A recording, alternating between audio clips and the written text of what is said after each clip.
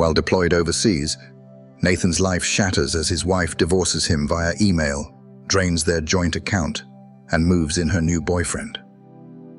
What began as a personal betrayal escalates into a complex web of fraud involving his home, savings, and military benefits. But Nathan, determined and strategic, fights back, seeking justice and a new beginning. Hi everyone, I'm David, the storyteller on the Family Tales channel. Here, I'll share stories about love, conflicts, betrayal, and infidelity within American families. These stories offer a deep look into relationships and the challenges families face. Stay tuned and explore with me. If you love emotional stories and want to uncover the hidden secrets in families, don't forget to like, subscribe, and turn on notifications so you won't miss any of our videos. I received the divorce papers via email while I was still in the desert. After 13 years of marriage, everything concluded with a PDF attachment. I'm Nathan, 42 years old, and I serve as a staff sergeant with the 82nd Airborne. After 4 months in Kandahar, Becky made the decision that she could no longer wait. The subject line stated, "Let's handle this maturely." The communication comprised 3 sentences in total. She had completed the necessary documentation. She had already drained our shared account. She had already brought her new boyfriend Jeremy into our home in Spokane. I went through the email twice, shut my laptop, took a shower in the shared stall, got ready for my shift, and kept quiet around everyone. Upon returning to my bunk that night, I responded with a single word. Understood. That was final, without dispute, without pleading, without intimidation. Wilson, my bunkmate, sensed that something wasn't quite right. "You good, man?" he asked, still engrossed in his book. "Absolutely. I mentioned it's just a few things from back home." He nodded, and that concluded the matter. Service members understand the importance of knowing when to step back. Honestly, I saw it coming. Half a year prior to deployment, subtle shifts had occurred. Becky ceased inquiring about my day, began putting in extra hours at the dental office where she handled calls, started hitting the gym 3 times a week, yet never appeared to exert herself, acquired new clothes, made new friends I had never encountered, and changed her phone passwords. I chose not to confront her, nor did I start checking her messages or following her around. That's simply not my nature. However, I wasn't oblivious, so I took some discreet actions of my own. Just taking some precautions, nothing too dramatic. I placed crucial documents in a storage unit located across town, including my birth certificate, marriage license, and house deeds solely in my name due to the VA loan, along with military benefits paperwork. I placed my grandfather's watch and my mom's old silver together in the same unit, items that held significance. I opened another account at a different bank and began redirecting a portion of my paycheck there, just enough to keep it under the radar, but sufficient to ensure I wouldn't be starting from scratch if things took a turn for the worse. The evening prior to my deployment, she embraced me at the airport and said, "Be safe, all right?" Her eyes were devoid of tears, as if she were bidding farewell to a colleague, rather than a spouse departing for battle. I should have realized it at that moment, yet a part of me still clung to the hope that I was mistaken. I was not. What she was unaware of was that I had been ready for this moment, and what she failed to grasp was that I never initiate conflicts. However, I do complete them. I encountered Becky at a friend's barbecue back in 2010. I was back home for a while, hanging out with my friend Jason in Spokane. She completed her nursing school but found herself in an administrative role at a dental practice instead. Fewer worries, she mentioned. 8 months later, we tied the knot. Becky often expressed her pride in my service, even if she didn't fully grasp it. Her father held the position of a bank manager, while her sibling worked as a pharmacist. There are no military connections in her family. She'd inquire about when I would secure a real job, unaware that after 15 years, the army was my career, not merely a way to pass the time. Our home purchase took place in 2014. It wasn't extravagant, but it belonged to us, featuring 3 bedrooms, a cozy yard, and nestled in a peaceful neighborhood. Only my name was on the mortgage since the VA loan was in my name, but I added her to the deed because that's what married couples do. They share things. My father passed away a year after our wedding, succumbing to a heart attack while clearing snow. My mother passed away 3 years later from lung cancer, despite never having smoked a single day in her life. They provided me with some funds, not a huge amount, but sufficient for Becky and me to settle her student loans and maintain a safety net. I served 4 times throughout our marriage, with 2 deployments to Iraq and 2 to Afghanistan. Every time I returned home, Becky appeared increasingly distant, increasingly restless, as if she were acting in a part she had outgrown. "I never agreed to this life as a military wife," she said to me one time, after I brought up the idea of extending my service for another 4 years. "I'm exhausted from the constant solitude." I got it. I really did. But the army was the only place where I ever felt like I truly fit in. I excelled in my role. Individuals relied on my support. In 2019, changes began to unfold, starting with minor details. Becky became annoyed when I called during her girls' nights. She began discussing how her friend Melissa had divorced her husband and was now thriving, making remarks about how we seemed to lack common interests these days. I recommended seeking counseling. She mentioned that we were merely experiencing a phase.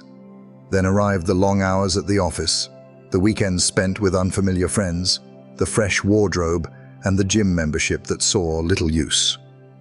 I ought to have faced her. However, that's not my approach to dealing with situations. Not at any point. My father instilled in me the importance of pausing to reflect before expressing my thoughts and ensuring clarity before taking action. I observed and got ready, silently, as my instincts hinted that something was on the horizon. In this journey, you come to rely on your instincts. 2 weeks post-divorce email, I found myself in the mess hall when my phone vibrated. "You have a new notification from your banking application." Another withdrawal of $8,500, nearly all that remained. I placed my fork aside and launched the app. The balance in the joint account has decreased to $212.37. All of our savings, totaling $47,000 that we had accumulated over the years, vanished entirely. Moved to an unfamiliar account. Murphy, a member of my unit, cast a quick look my way.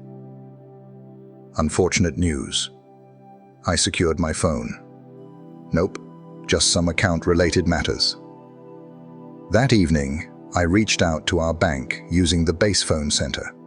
It became clear that Becky had been transferring funds for weeks, starting with small sums and gradually escalating to larger amounts.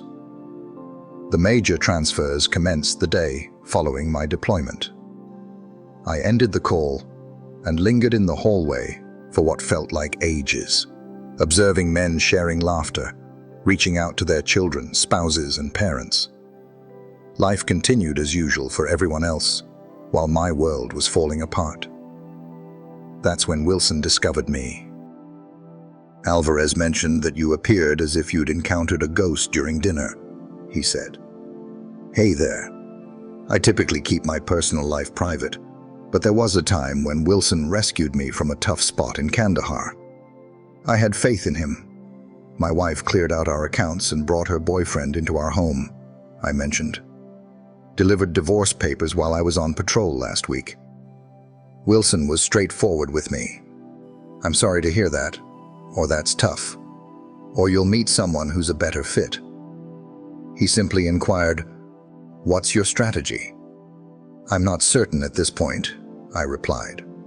He gave a slight nod. "If you require any assistance, just let me know." That evening, rest eluded me. I took out my laptop and signed into our home security system, which Becky likely overlooked that I could access from anywhere. A peculiar truck was parked in our driveway. A stranger I didn't recognize was walking our dog, sipping from my coffee mug, dressed in my Seahawks sweatshirt. And there was Becky, laughing in the kitchen that I had renovated myself during my last leave. A change stirred within me. Not quite anger, really. Something more frigid, more transparent. I shut the laptop and took out my phone to create a list. Contact James, my friend from the Army who is now a lawyer. Review the terms of the VA loan. Reach out to the Master Sergeant regarding emergency leave. Examine the home refinance documents, a topic Becky brought up in passing last year. Verify the security of my military pension accounts. I no longer felt sadness. I felt no anger at all. I felt concentrated, as if I was strategizing for a task. This is no longer about feelings, this focused on the approach. At 0500, prior to the start of my shift, I dispatched an email to James with the subject line, "Legal assistance required, confidential and pressing." He responded an hour later, "Contact me, only through a secure line." After ending that call, I was clear on my next steps. I didn't have to raise my voice. I had no need to issue any threats. There was no need for me to face her directly. I simply had to be patient and observe, allowing her own choices to ensnare her. After 2 months, I found myself back on American soil. I didn't inform Becky about my return, didn't reach out with a call or a text, simply booked a motel in downtown Spokane using an alias and got in touch with James. We encountered each other at a diner located 10 miles from the town. "You look terrible," he remarked, settling into the booth. I responded that I felt the same way. James passed me a folder. "I've gathered all the items we talked about. The house deed, loan documents, bank statements, and this." He took out another sheet of paper. "I came across something intriguing while reviewing your finances. It was a refinance application bearing my signature, but it wasn't truly my signature, not entirely. Someone attempted to replicate it, but overlooked some details. The middle initial was incorrect, and the stroke pattern did not match my own." "Becky did this?" I inquired, even though I was already aware of the response. James gave a slight nod. 3 months prior. Withdraw $30,000 from the equity. Your signature is needed for that, as the VA loan is solely in your name. Falsify my signature, secure a loan using our home, drain our accounts, and end our marriage, I insisted. A woman on the go. "It improves," James remarked. She included her boyfriend as a co-applicant. He has a history. 2 DUIs and a fraud charge dating back to 2019. I inhaled deeply. What choices do I have? James mentioned a few. Before anything else, you must determine what you truly desire. I gave it some thought. I seek what is rightfully mine, and I want her to grasp the implications of her actions. James grinned. Here's the plan. The following day, I passed by our home. Becky's car sat in the driveway, but her boyfriend's truck was missing. I parked down the street and observed for a bit, considered knocking on the door, facing her, but that wasn't part of the strategy. I drove to the bank, met with the loan officer who handled the refinance, presented my military ID, displayed the genuine signature on my driver's license, and revealed the forged documents. His complexion turned ashen. "I must report this right away." "I get it," I replied. "I have submitted a police report." That evening, I received a message from Becky. "Whom have you been conversing with at the bank?" Jeremy mentioned that there were inquiries being made by someone. I chose not to reply. The following day, I visited the county clerk's office, submitted paperwork challenging the refinance on grounds of fraud, and filed a formal notice stating that no alterations to the property could occur without my presence. Becky called 2 days later. I sent it straight to voicemail. "Nathan, we have something important to discuss. I received a call from the bank regarding the house. What are you up to? If this pertains to the divorce, we can have a mature conversation about it, similar to grown-ups." The identical phrases from her email. I have yet to reply. That afternoon, James made a call. They put a hold on the refinance funds, and that's not all. "Your wife's boyfriend has been using your truck, correct? The one that bears your name?" "Absolutely. This morning, he was stopped for driving with a suspended license due to those DUIs. The vehicle was impounded." "That sounds great," I replied. "He had some intriguing items in the truck as well." Prescription pads from the dental practice where Becky is employed. They were not empty. I shut my eyes. She has been taking prescription pads without permission. It seems so. Authorities are conducting an investigation. I ended the call and settled onto the edge of the motel bed. This was becoming larger than I had anticipated.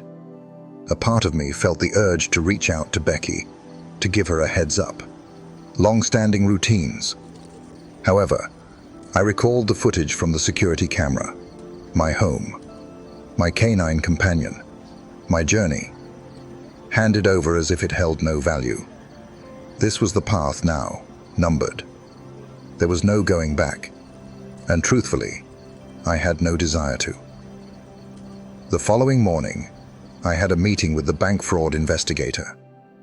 The name was Thompson, a diminutive man with weary eyes and a coffee mark on his necktie. "This occurs more frequently than you might imagine," he remarked, scattering papers across his desk. "Partner is deployed. The other partner recognizes a chance. What comes next?" I inquired. "The funds from the fraudulent refinance have been frozen, but an issue has arisen. Part of the funds has already been spent. What's the price?" "Approximately 50%. $14,600. I leaned in closer. "Where has it disappeared to?" Thompson paused. "I can't disclose that information. This is my home. My name is crafted. My funds have been taken." He gave a slow nod, then shifted his computer screen in my direction. "The following are the withdrawals from the refinance account." I reviewed the list. Several transactions made to an individual named Daniel Spencer. Definitely not Jeremy. A person I was completely unfamiliar with. "Who is Daniel Spencer?" I inquired. Thompson gave a nonchalant shrug. "This isn't my area, but I recommend you consult your lawyer about subpoenaing those records." I reached out to James right after I exited the bank. "Daniel Spencer," he said again. "I'll take a moment to verify that." An hour later, he returned the call. "Understood. Daniel Spencer works in real estate, focuses on fast transactions and cash offers. I mentioned that she was intending to sell our house. The understanding struck me with the force of a tangible impact. It seemed so. The deposits were likely a way to motivate him to proceed with a listing. However, this is where things take a fascinating turn. Spencer has previously engaged in business with Jeremy Ryan. Is Jeremy Ryan your wife's boyfriend? Yes. In the last 2 years, they have successfully finalized 3 deals together. I took a seat on a park bench, attempting to make sense of it all. This wasn't merely Becky choosing another guy over me. This was what? A coordinated effort? Perhaps, James replied cautiously. I conducted some research on Jeremy Ryan. He exhibits a consistent pattern. Engages with women experiencing divorce or those with spouses on deployment. I've discovered 3 cases up to this point. Every time the woman's property is sold for significantly less than its market worth to one of Spencer's clients. Ryan sustains a cut. Next, he continues on his way. What about Becky? Did she really know about this? It's difficult to determine. Perhaps she is a victim as well, or perhaps she is complicit in it. I gently massaged my face. This had evolved beyond just Becky betraying me. This was something more significant, something meticulously planned. Additionally, other military families had suffered as victims. What actions do we take? I inquired. James mentioned that he has already reached out to the FBI's Financial Crimes Division. This spans across state boundaries, includes military members, and pertains to VA loans. They have shown interest. That evening, I found myself in my motel room, a beer in hand, reflecting on it all. Questioning whether Becky had been deceiving me throughout our marriage, or if she had simply fallen victim to Jeremy's plot. Questioning whether it truly held any significance. My phone vibrated. It's Becky once more. Nathan, I need you to give me a call. The bank is raising concerns about fraud, and Jeremy has been taken into custody for driving your truck. I'm confused about what's going on. I gazed at the message for what felt like an eternity. Then I typed, "Who is Daniel Spencer?" 3 dots emerged as she began to type, then paused, resumed, and paused once more. Honestly, I'm not sure what you're referring to. 14,600 I noted down. Numerous transfers. Property for sale. No reply for 10 minutes. Actually, it's not what you believe it to be. I switched off my phone and headed to bed. The following morning, James made a call. The FBI is requesting a meeting. For months, Ryan and Spencer have been under investigation. You may not be the first, but you could be the one that changes everything. For the first time since receiving that divorce email, I experienced a sense of satisfaction, not due to the end of my marriage, but because the reality was finally being revealed. I had a meeting with the FBI agents at their field office located in Spokane, Agent Patel and Agent Donovan. They documented my statement and made duplicates of all the papers that James and I had collected. Agent Patel explained that your case helps to establish a pattern, demonstrates purpose, structure, framing it as a coordinated effort instead of separate events. What's the deal with Becky? I inquired. My spouse, former spouse. The agents shared glances. We're still assessing her degree of participation, Donovan stated cautiously. Has she ever brought up any issues with finances? Feeling the urge to put the house on the market? I reflected. She kept insisting that we were financially stretched with the house, suggesting we should consider a smaller place. I didn't find it necessary. My salary made our mortgage payments easy to handle. Patel took a moment to jot down a note. When did that begin? Approximately 6 months prior, likely when she first encountered Jeremy. What about the refinance? Donovan inquired. It was never brought up with me. While I was deployed, she created a fake version of my signature. They inquired further, recorded additional details. Upon completion, Patel presented me with her card. We will reach out soon. For now, avoid confronting your wife or Ryan. It's essential that we construct this case with precision. I gave a nod. Got it. That evening, I made my way back to our neighborhood, parking a little ways down the street from our house. Jeremy's truck is back. He must have retrieved it from impound. Becky's vehicle had disappeared. My phone vibrated. Message from Becky. It's important that we have this conversation face to face.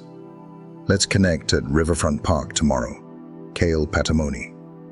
The following morning, I shared the text with James during breakfast.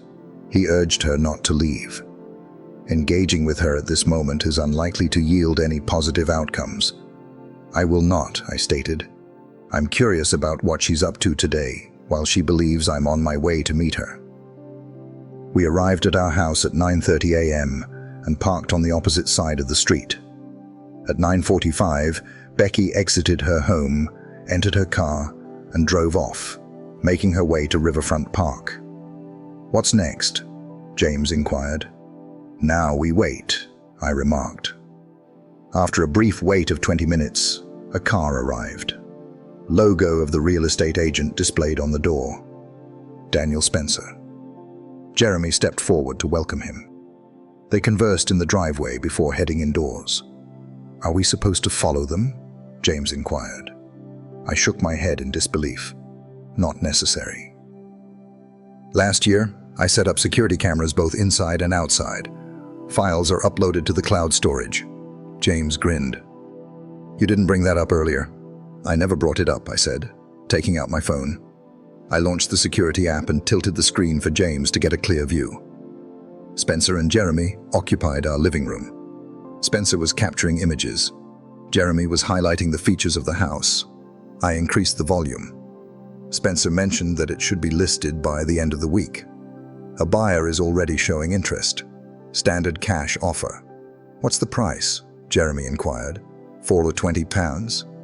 "Our listing is set at £4.70, while their offer comes in at £4.20. Everyone is feeling joyful. "What's the deal with the husband?" "Becky claims he's stirring up issues." Spencer gestured with a flick of his hand, brushing it off. "All military personnel are quite similar. They create a commotion, yet they have assignments and obligations. He'll accept a settlement to put an end to it." I looked over at James. "Are you receiving this?" He had his phone out, capturing the feed as it happened, each and every word. I sent the security feed access to Agent Patel, along with a brief note. "Currently taking place." Half an hour later, our home was encircled by FBI cars. I observed from a distance as agents escorted Spencer and Jeremy away, their hands restrained in cuffs. The sound of my phone ringing echoed in the room. Agent Patel. She mentioned that they were recorded discussing the fraud scheme. Additionally, there are charges of conspiracy, wire fraud, and efforts to sell property under misleading circumstances. A formal statement from you will be required. "Absolutely," I replied. "And Mr. Briggs, your spouse has just reached the location. She is experiencing distress." I gazed down the street. Becky stood on our lawn, hands covering her mouth, as she watched FBI agents haul boxes of documents out of our house. "What occurs with her?" I inquired. "It varies," Patel remarked, "based on her understanding and your desires." I observed Becky intently for a while. 13 years of wedded bliss, great times in the beginning. Before this situation evolved into what it is now, I simply desire what is fair. I finally said it. The federal case progressed swiftly.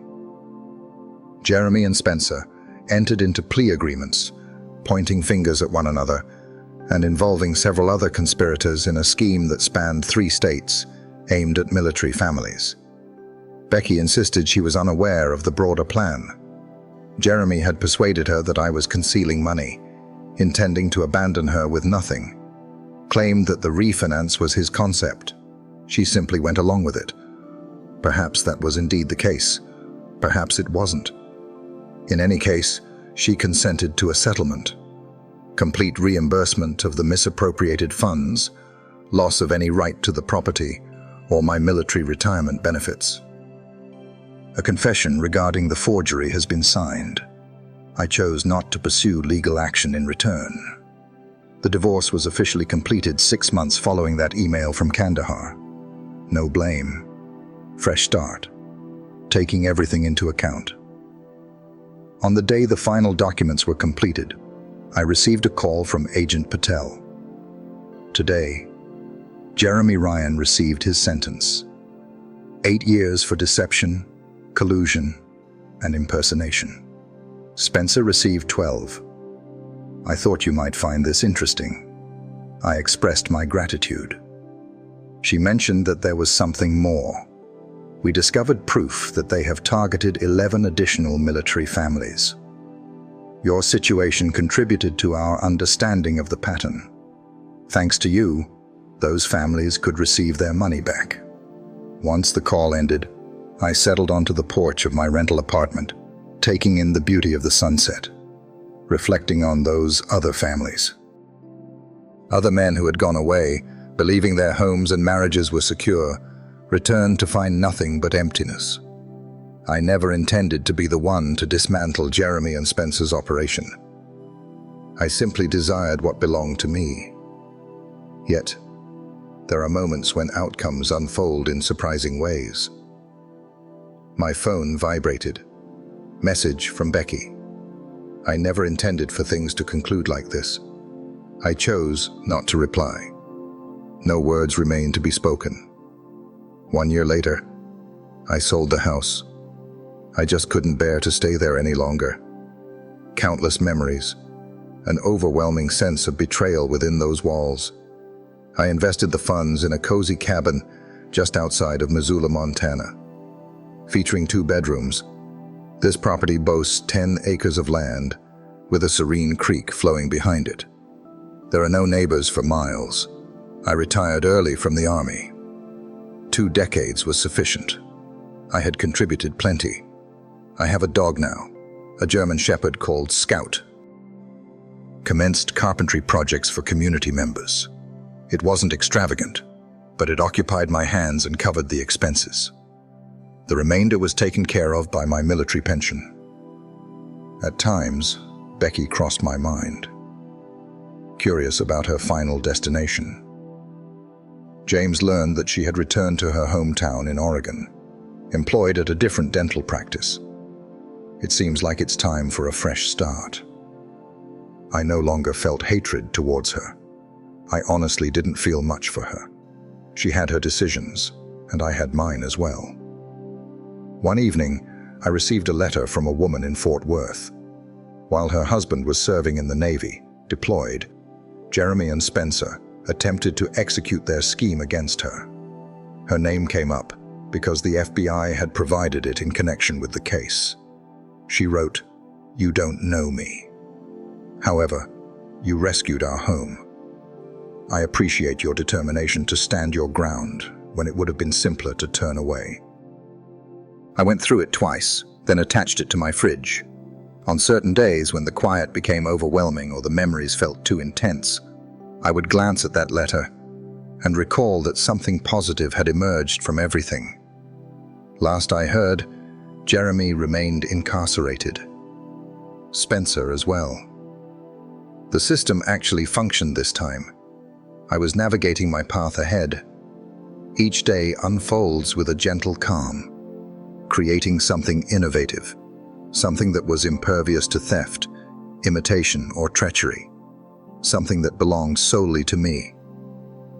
That's it for today's story. If you found it moving, don't forget to share the video with your friends and family. I'd love to hear your thoughts, so leave a comment below. Be sure to like, subscribe, and turn on notifications so you never miss another story. Thanks for watching, and I'll see you in the next video. Have a great day.